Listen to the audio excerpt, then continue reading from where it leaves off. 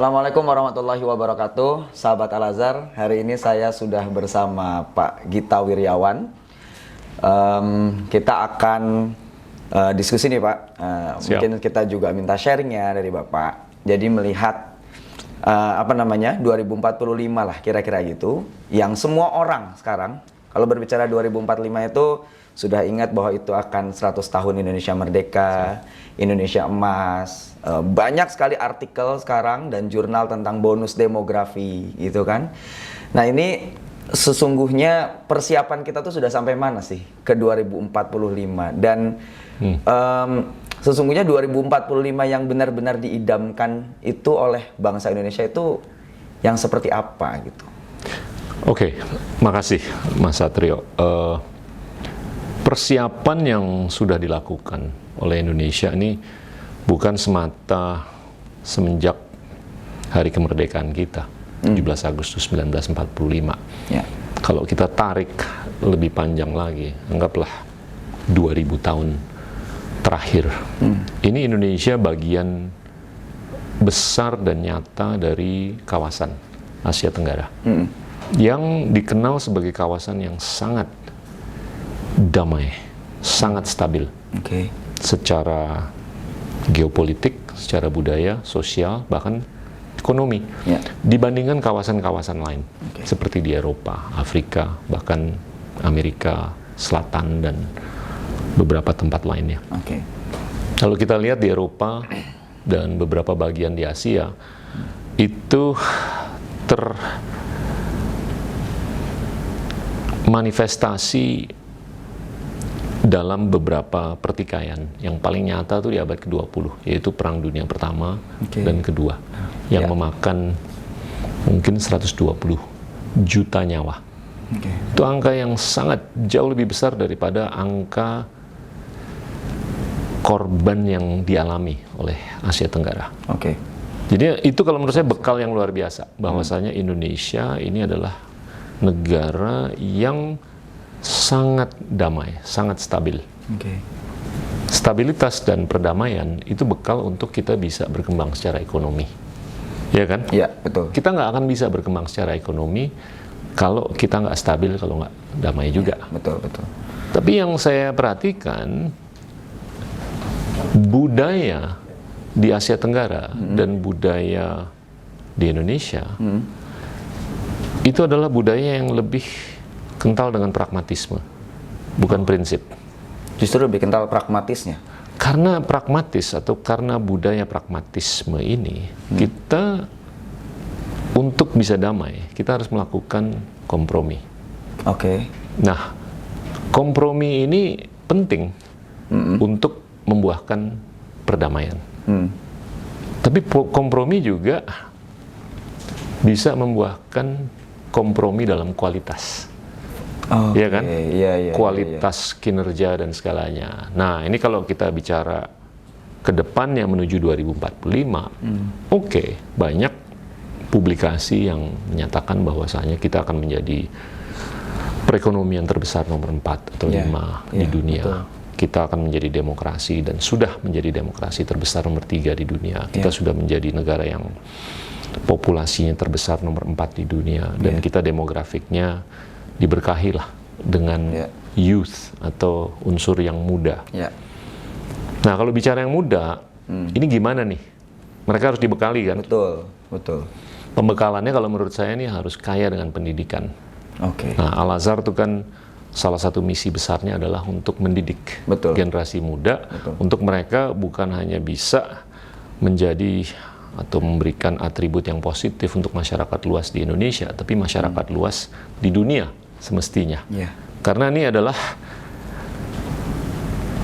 simbol dan manifestasi dari kemusliman. Iya kan? Nah, saya melihat akhir-akhir ini ada kecenderungan di mana generasi Z dan penerus itu mungkin pola pendidikannya agak-agak beda. Saya bahkan berani menyuarakan bahwa generasi Z dan penerusnya, generasi Z itu teman-teman yang lahir tahun 95-96 ke atas, itu mereka adalah generasi yang diasuh oleh TikTok dan Instagram. Karena kalau kita lihat, mereka mungkin pagi sarapan bersama orang tua, mungkin 15-30 menit, terus naik motor, naik becak, naik kereta, naik bus, naik mobil, jalan kaki, lihat HP. Gadget terus. Terus pulang, makan malam sama orang tua, mungkin setengah jam sampai 1 jam. Syukur-syukur mereka nggak megang HP sambil nyuap nasi ke mulut. Iya, betul. Iya kan? Biasanya kadang sambil makan, sambil lihat handphone. Nah, masalahnya atau concernnya TikTok dan Instagram atau sosmed, ini adalah platform yang dilihat lebih dari 3 miliar manusia yang tidak tereditorialisasi. Betul. Kalau kita baca koran aja di Indonesia atau di luar, yang baca ratusan ribu, itu aja ada pemretnya. Dan itu sangat tereditorialisasi. Betul. Jadi konten yang disajikan ke masyarakat luas itu dipastikan bahwa ini nyambung dengan misi mulianya. Betul. Tapi kalau di platform sosmed ini tidak tereditorialisasi, ya syukur-syukur ada konten yang bagus. Tapi kalau kurang bijaksana, ya ini banyak juga yang kurang bijaksana. Dan nah itu ini yang masuk ya? Iya, pasti ini akan nyambung dengan pola pikir mereka dari sekarang sampai 2045. Ini akan nyambung dengan kapasitas mereka untuk mengeksekusi aspirasi dari sekarang sampai 2045. Nah, kalau ini nggak dikawal dengan baik, ya saya nggak terlalu optimis mengenai 2045. Tapi kalau ini dikawal dengan baik, saya akan sangat optimis. Nah, optimisme saya bisa gambarkan mungkin dalam konteks perbandingan pertumbuhan ekonomi. Pertumbuhan ekonomi Asia Tenggara 25 tahun terakhir itu kenaikannya 3 kali lipat. Dibandingkan kenaikan yang terjadi di Tiongkok 25 tahun terakhir itu 10 kali lipat. Mungkin kita underperform 25 tahun terakhir dibandingkan Tiongkok. Tapi saya melihat telah terjadinya disrupsi digital di Asia Tenggara, juga apalagi di Indonesia, di mana disrupsi digital tersebut bisa membuahkan efisiensi, efektivitas, produktivitas yang jauh lebih tinggi daripada apapun yang kita alami selamanya sebelumnya. Nah, ini memberikan optimisme ke saya karena ini baru di level low tech, bukan high tech. Aplikasi digital tersebut itu masih dalam konteks low tech dibandingkan apa yang saya saksikan di Silicon Valley atau di Hangzhou di Tiongkok, di mana mereka udah berbicara mengenai high tech. Kalau mereka bicara mengenai artificial intelligence, itu mereka sudah masuk ke fase keempat.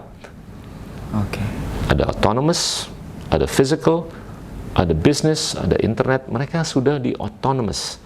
Sedangkan di Asia Tenggara itu baru di fase pertama. Itu low tech secara relatif. Kalau bicara mengenai genetics, itu mereka sudah high tech. Kita masih sangat low tech. Nah, dengan aplikasi low tech saja, multiplikasi produktivitas itu sudah dahsyat di sini. Nah, ini yang bikin saya optimis. Kalau kita tekad untuk memberdayakan disrupsi digital untuk kepentingan beberapa pilar atau sektor, anggaplah pariwisata, energi, properti, kesehatan, peternakan, pertanian, pendidikan, kesehatan, yang mana mayoritas ini belum terdisrupsi. Sedangkan kita baru melihat disrupsi di sektor transportasi dan sektor retail, di mana di retail kita dengan mencet satu tombol itu kita bisa bernegosiasi, membayar, dan menerima barang dan jasa. Transportasi juga, itu sudah secara disruptif, dia sudah bisa mentransport barang, jasa orang dari titik A ke titik B dengan cara yang jauh lebih efisien. Tapi masih banyak sektor-sektor lain yang belum terdisrupsi. Dengan aplikasi atau pemberdayaan low tech. Nah, ini kalau kita tekad ke situ, saya rasa nggak ada alasan untuk Asia Tenggara, apalagi Indonesia, untuk tidak bisa tumbuh lebih dari 3 kali lipat untuk 25 tahun ke depan, ancar-ancar 2045 lah. Nah, itu kalau menurut saya gambaran yang harus kita coba wujudkan ke depan. Tapi kalau kita nggak peka dengan apa yang menurut saya adalah concern yang perlu disikapi dari sisi sosmed, ini kualitas pendidikan ke depan, ini bisa nggak terlalu baik. Jadi 2045 rancangannya atau perkiraannya tadi bonus demografi itu dengan jumlah youth tadi, pemuda atau usia produktif lebih banyak daripada usia non produktif gitu ya. Namun kendalanya saat ini adalah generasi yang akan menyongsong 2045 itu adalah generasi yang sedang diasuh atau dididik dengan sosial media. Lantas pola pendidikan yang seperti apa Pak? Yang kira-kira misalnya kayak gini. Al-Azhar ini punya unit pendidikan, mulai dari TK, sekolah dasar, sekolah menengah pertama, SMA, kemudian sampai pendidikan tinggi. Pola pendidikan kayak apa, seperti apa yang harus dijalankan supaya ya kita tidak bisa menolak hari ini sosial media begitu sangat lekat dengan kehidupan kita, bahkan kehidupan para peserta didik. Gitu. Namun di depan ada tantangan yang lebih besar lagi nih 2045 yang semua orang punya ekspektasi yang besar. Di momen itu. Gitu. Nah, pola pendidikan yang seperti apa yang harus berjalan dan untuk menyongsong itu? Pola pendidikan itu kan multivariabel. Salah satu variabelnya adalah gimana kita bisa mendisiplinkan diri kan. Ya kan? Kalau kita nggak bisa mendisiplinkan diri dari ngelihat HP selama 10 jam sehari, sulit untuk kita bisa berpendidikan. Dengan kualitas yang tinggi. Jujur ya, saya nggak ngerti kenapa orang tuh bisa ngeliat HP 10 jam sehari. Ya kan? Dan saya lihat budaya baca. Sekarang udah nggak seperti dulu. Orang membaca itu lebih terbatas dengan 280 karakter. Di Twitter. Yang baca buku kurang. Minim sekali dibandingkan apa yang saya saksikan 1, 2, 3, atau 4 dekade yang lalu.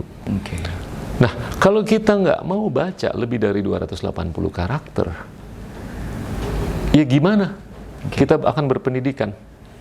Ya pastilah Al-Azhar punya aspirasi dan ambisi untuk membuahkan produk pendidikan yang berkualitas dan bisa bersaing, bukan hanya di kolam kita aja. Tapi syukur-syukur dia bisa kerja di Silicon Valley, dia bisa kerja di London, dia bisa kerja di Tokyo, dia bisa. Kalau menurut saya yang penting, variabel yang paling penting di pendidikan itu adalah keterbukaan. Semakin manusia itu bisa menunjukkan keterbukaan, semakin dia akan memiliki pendidikan yang berkualitas. Iya kan? Dan keterbukaan tuh bukan keterbukaan supaya kita bisa ngelihat sesuatu selama 10 jam sehari yang tidak terkurasi atau tidak tereditorialisasi. Tapi dia harus memastikan bahwa dia harus multidimensional. Nah, ini kalau menurut saya penting untuk dibakukan kerangka untuk mendidik anak-anak ke depan tuh kayak gimana. Jadi ya, saya lihat di sini yang sangat berperan bukan hanya domain akademis, bukan hanya civil society, tapi regulator. Terus sangat berperan. Politisi, terus lembaga ketuhanan, apakah itu Islam, Nasrani, Hindu, Buddha, apapun lah. Jadi ya, seluruh pilar-pilar dalam komunitas itu harus menyadari bahwasanya ada loh beberapa hal nih yang nggak bisa membuahkan pendidikan yang bermutu. Kalau kita memang mau berpendidikan, ya kan? Tapi sekarang problemnya di sosmed, semenjak tahun 2009 itu diciptakan tombol, namanya tombol like, yang didesain oleh pemilik teknologi untuk membuahkan viralitas. Dan viralitas itu didesain untuk supaya mereka bisa jualan advertensi. Iya kan? Terkait dengan barang, jasa, apapun lah dari seluruh dunia. Tapi ini berkorelasi dengan kasus depresi, kasus anxiety di kalangan generasi muda, Z dan penerus. Bahkan bunuh diri. Iya kan? Karena ada anak yang karena mungkin atribut-atributnya nggak terlalu berkualitas atau nggak populer, dia like-nya 0. Di sebelahnya atribut-atributnya yang lebih bikin dia populer, dia like-nya ribuan, puluhan ribu, ratusan ribu. Itu yang membuahkan ketimpangan sosial.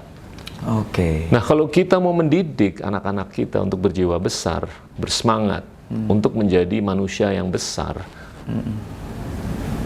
ya kalau menurut saya yang harus disikapi adalah viralitas. Kita udah melihat, kita tuh hidup di era di mana di seluruh dunia yang dicari sebagai atribut untuk mencari posisi kepemimpinan itu adalah popularitas. Popularitas itu. Karena dia berhasil melakukan sensasionalisasi, festivalisasi, tapi mungkin kurang dalam konteks intelektualisasi. Dia yang dipilih untuk mimpin dalam domain apapun lah. Nah, apakah itu yang kita inginkan menuju 2045? Saya rasa mungkin bukan. Nah, kalau kita mau jadi pendidik, kita harus menyadari unsur-unsur seperti ini. Kalau ini memang merupakan concern, ya sikapi. Tapi penyikapannya kalau menurut saya harus multidimensional. Civil society, pemerintah, politisi, dan institusi ketuhanan untuk bisa mengkerangkakan ini ke depannya gimana. Yang terbaik untuk anak-anak kita, agar mereka tuh bisa, nih loh, kita bisa bersaing dengan siapapun di dunia. Nah ini artinya memang ada disrupsi tadi digital itu, dan kemudian ada fenomena tombol like tadi gitu ya, yang itu mengarah pada viralitas dan popularitas tadi.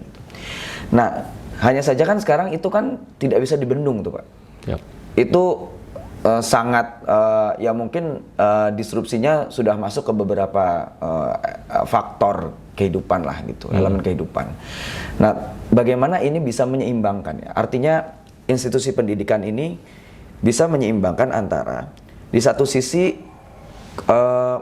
pola dan karakter pendidikannya tetap sesuai dengan yang kita harapkan, on the track gitu.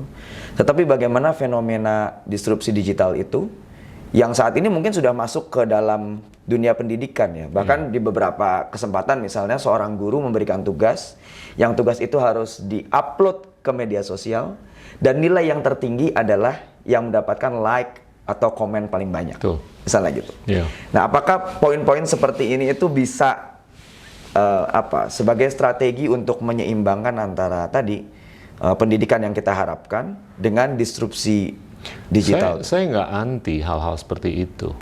Saya kurang sepakat dengan konsep yang mana platform ini tidak tereditorialisasi. Poin saya adalah konten yang baik tuh banyak, konten yang bagus tuh banyak, konten yang mendidik tuh banyak. Tapi konten yang nggak mendidik jauh lebih banyak. Ini perlu penyikapan kan? Betul. Jadi kalau saya sebagai seorang pendidik, saya harus memastikan bahwa yang dilihat oleh anak yang saya didik itu adalah hal-hal yang mendidik. Itu challenge kan? Iya, betul. Dan saya tetap berpendapat bahwasannya tombol like itu net-net kurang baik untuk konten apapun. Iya kan? Saya melihat ini masih bisa dievaluasi secara objektif, bukan hanya berdasarkan popularitas. Iya nggak? Kalau ada anak, dia mengupload konten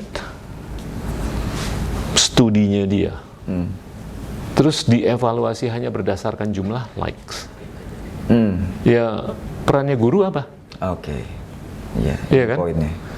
Saya bisa memuliakan konsep bahwasanya itu mendemokratisasikan. Tapi kalau menurut saya guru itu yang dalam posisi untuk lebih bisa mengukur apa yang dibuat oleh seorang murid itu bermutu atau enggak. Nah, ini mungkin lanjut ke konsep guru kan. Saya beberapa kali ngomong bahwasanya guru yang berkualitas, anggaplah top 20 percentile, itu dia dalam setahun bisa ngajar 1,5 tahun ekuivalen ajaran. Guru yang kualitasnya di bottom 20%, itu dia dalam setahun ngajarnya mungkin setengah tahun. Iya kan? Nah, kita tuh terlalu banyak fokus di kurikulum. Kita kurang fokus di kualitas guru. Iya kan? Iya. Ya mungkin udah saatnya secara masif gitu loh. Nggak Al-Azhar aja, tapi secara nasional kita benar-benar tekad untuk merekrut guru yang bermutu. Nah, untuk mendapatkan guru yang bermutu itu nggak gampang. Karena ya kebanyakan orang yang lulus dari lembaga pendidikan itu maunya kerja di startup, di bank, perusahaan konsultan, karena gajinya lebih keren, status sosialnya juga lebih keren. Tapi seperti yang saya sampaikan beberapa kali, di Korea Selatan, orang yang jadi guru itu sangat dimuliakan. Status sosialnya itu sangat mulia. Dan gajinya itu sama atau lebih keren daripada gaji kalau dia kerja di swasta. Nah, gimana tuh kita menggiring society kita ke situ sehingga kompetisi untuk menjadi guru itu seperti kompetisi untuk bikin startup atau kerja di startup. Nah, kalau itu terjadi, saya nggak khawatir lulusan Al-Azhar tuh bisa bukan hanya nerusin sekolahnya di sekolah-sekolah yang keren di seluruh dunia atau di Indonesia, tapi mereka akan bisa diberdayakan di tempat manapun di seluruh dunia. Nah, kalau menurut saya kulminasi pola atau sistem pendidikan Al-Azhar di tahun 2045 adalah kita bisa melihat, ada lulusan Al-Azhar yang jadi pemimpin di perusahaan, di lembaga pendidikan, syukur-syukur menang Nobel, syukur-syukur menang Oscar, syukur-syukur menang Grammy, syukur-syukur menang Emmy, syukur-syukur menang Olimpiade, matematika, fisika, kimia, dan lain-lain. Sangat multidimensional, sangat multivariabel. Nah, itu balik kan ke ucapan kita yang awal. Open-mindedness atau keterbukaan. Dan itu nyambung dengan kejayaan Islam yang kita lihat di abad ke-8 sampai 13. Baghdad itu mendirikan Bait al-Hikmah, House of Wisdom, yang mana itu diprakarsai oleh Al-Ma'mun, Al-Mansur, Harun al-Rashid, pemimpin-pemimpin di dinasti Abbasid atau Abbasiyah di sini namanya. Mereka mendatangkan orang ilmu dari segala penjuru, dari India, Tiongkok, Eropa, bahkan mereka sangat memuliakan Aristotelian, fisika Aristotelian. Karena itu cara mereka bisa membungkus ajaran atau pelajaran yang bisa dipertanggungjawabkan. Nah, itu menunjukkan keterbukaan kan, karena mereka terbuka dengan ilmu dari segala penjuru. Nah, kalau kita bisa seperti itu, mungkin kita punya chance untuk menjadi bangsa dan negara yang hebat. Artinya ini perlu dibangun semacam motivasi gitu ya. Karena ya mungkin di beberapa tempat gitu ya, di institusi-institusi pendidikan itu, proses pengajaran itu berlangsung. Kalau toh ada kompetisi atau perlombaan, sekolah mengikuti begitu kan. Cuman tadi yang Bapak bilang, titik kulminasinya itu yang sepertinya kok belum bisa kita raih gitu ya. Misalnya katakanlah ada alumni yang bersekolah di atau melanjutkan pendidikan di tempat-tempat yang terkenal di dunia, katakanlah gitu, atau bekerja misalnya di Silicon Valley atau MIT, di MIT, bisa di Oxford, bisa di Tsinghua, bisa di Tokyo University, bisa di manapun lah. Nah, itu UI atau dimanapun. Bagaimana peran itu? Artinya tadi gini, institusi pendidikan tentu punya peran yang besar. Tadi soal rekrutmen guru misalnya. Atau ada hal-hal yang lain yang juga menjadi peran dari institusi pendidikan itu. Gitu kan? Termasuk faktor bagaimana memotivasi gitu, murid kita sejak dini untuk bisa sampai pada titik itu. Artinya guru juga kan harus punya mindset yang terbuka gitu ya. Nah, selain itu apalagi gitu yang harus kita kerjakan gitu supaya murid-murid kita atau saat ini yang sekolah di Al-Azhar itu punya motivasi sampai ke sana. Gitu. Sehingga tidak juga terkungkung misalnya dengan cukup di sini saja, cukup yang penting bisa kerja atau apa gitu. Itu seperti apa? Sangat multivariabel, tapi dua variabel yang tadi saya angkat adalah guru, kualitasnya nih harus dipertanggungjawabkan. Dia itu harus top notch. Ya kan? Kedua, kesadaran mengenai unsur apa yang membahayakan untuk proses belajar. Tadi saya udah bilang sosmed salah satunya. Tiga, ya carilah role model, termasuk guru, termasuk pengurus, termasuk siswa atau siswi yang bisa menunjukkan karisma untuk membakar semangat mereka. Untuk bukan hanya jalan atau merangkak, tapi lari menuju 2045. Mulai dari situ aja. Tapi ya, saya berkali-kali juga ngomong, ya dalam Quran itu kan Iqra. Itu nggak bisa terbatas interpretasinya untuk baca Quran aja, tapi dia harus baca apapun. Dan kalau dia mau baca apapun, itu keterbukaan yang kalau menurut saya luar biasa. Dan itu dikawal sama pendidik, guru, pengurus, atau siapapun lah dalam ekosistem siswa atau siswi tersebut. Kalau dia membaca barang atau materi yang berkualitas dalam dimensi apapun, nggak ada alasan kita nggak bisa jadi bangsa yang hebat.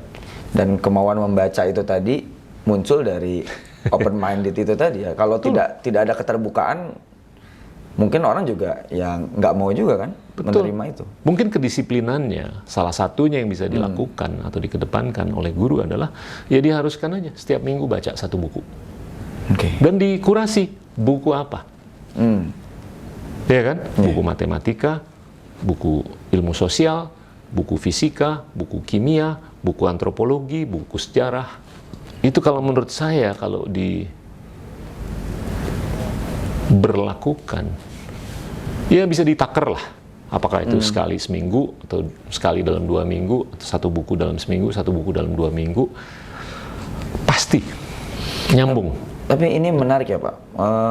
Ya di beberapa indeks kan memang minat baca kita sangat rendah ya. Tadi mungkin adanya disrupsi digital, sosial media, atau saya nggak tahu apakah ada faktor lain sih yang menyebabkan kok minat baca kita tuh sangat rendah sekarang gitu. Balik lagi ke sosmed, itu pemilik teknologinya tuh lebih pintar daripada kita.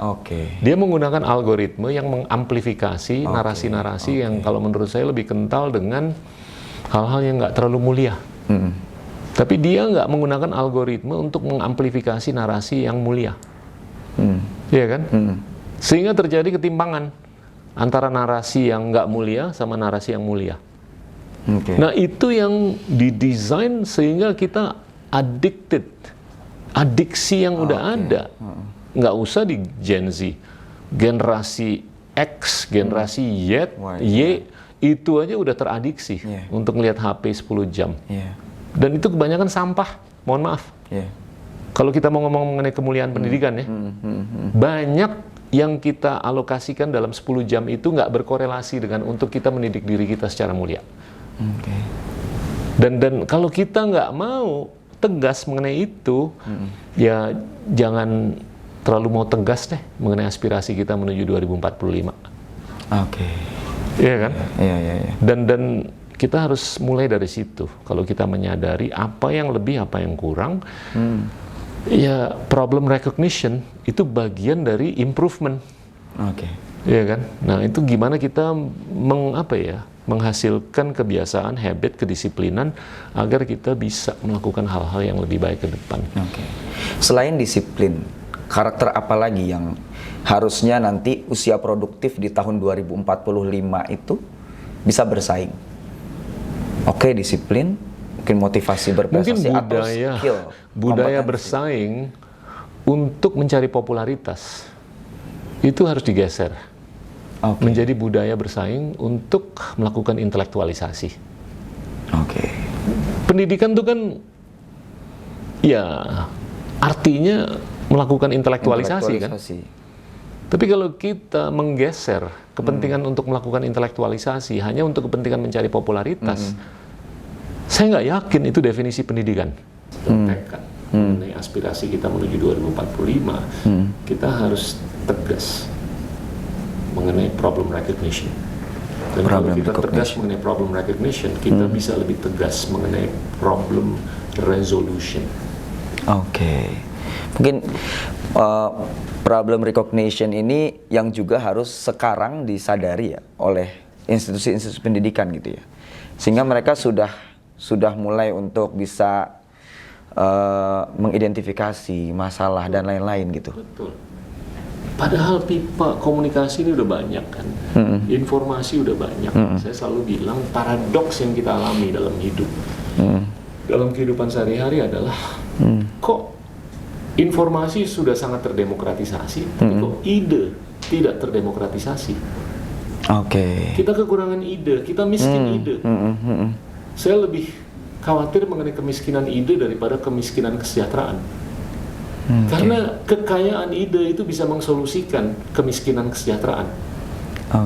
Kalau kita nggak memastikan bahwasanya pipa informasi yang begitu banyak ini tidak tersalin dengan demokratisasi ide, ya kita akan miskin ide. Kalau kita miskin ide, kita akan miskin dalam segala dimensi, termasuk kemiskinan kesejahteraan. Nah, untuk menciptakan korelasi yang 1:1 antara demokratisasi informasi menjadi demokratisasi ide, ini adalah lembaga pendidikan, pipanya.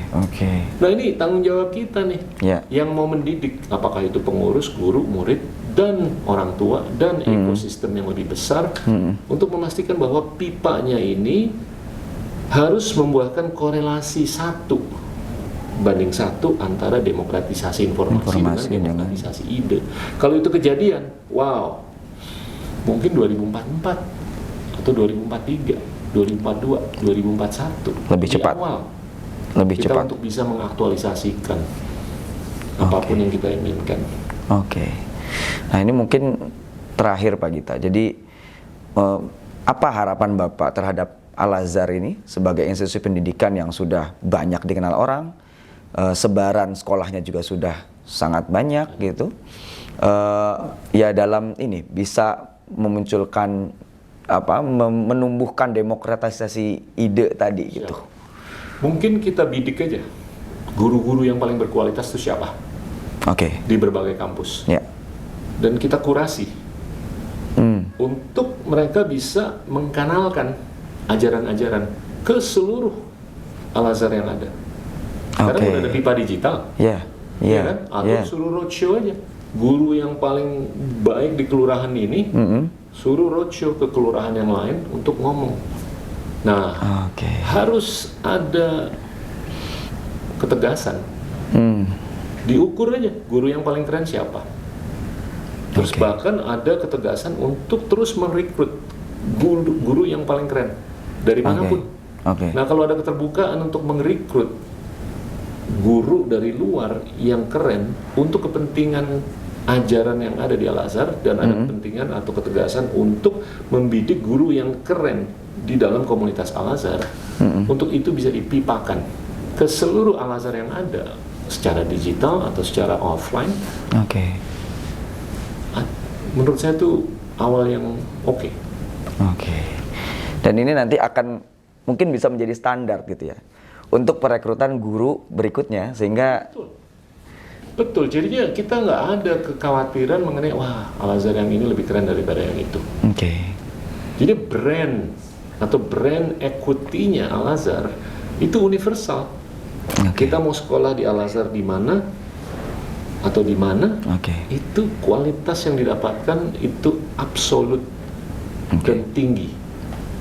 Itu kalau udah tercapai, wow, itu keren banget. Dan sekarang untungnya udah ada pipa digital kan, jadi siapapun ngomong di ruang manapun itu bisa dipipakan kemanapun. Gitu. Betul, sehingga lebih cepat, lebih mudah, lebih efektif gitu ya, lebih efisien. Pak Gita, terima kasih banyak udah sharing sama kita hari ini. Dan ini tentu akan menjadi sebuah konten yang sangat menginspirasi bagi seluruh keluarga besar Al-Azhar, entah itu murid, orang tua murid, guru, mahasiswa, dosen, atau pegawai Al-Azhar secara umum gitu ya. Karena seperti Pak Gita ceritakan tadi, bahwa kita sudah pernah kok punya kejayaan Islam di masa lalu gitu, dan tidak ada yang tahu kalau kejayaan Islam kita akan kita capai lagi, dan itu pionirnya dari Al-Azhar gitu ya. Sahabat Al-Azhar, terima kasih sudah bersama-sama kami di wawancara pada kesempatan kali ini, dan selamat membaca majalah Al-Azhar edisi kali ini. Saya Satrio, Assalamualaikum warahmatullahi wabarakatuh. Waalaikumsalam. Terima kasih.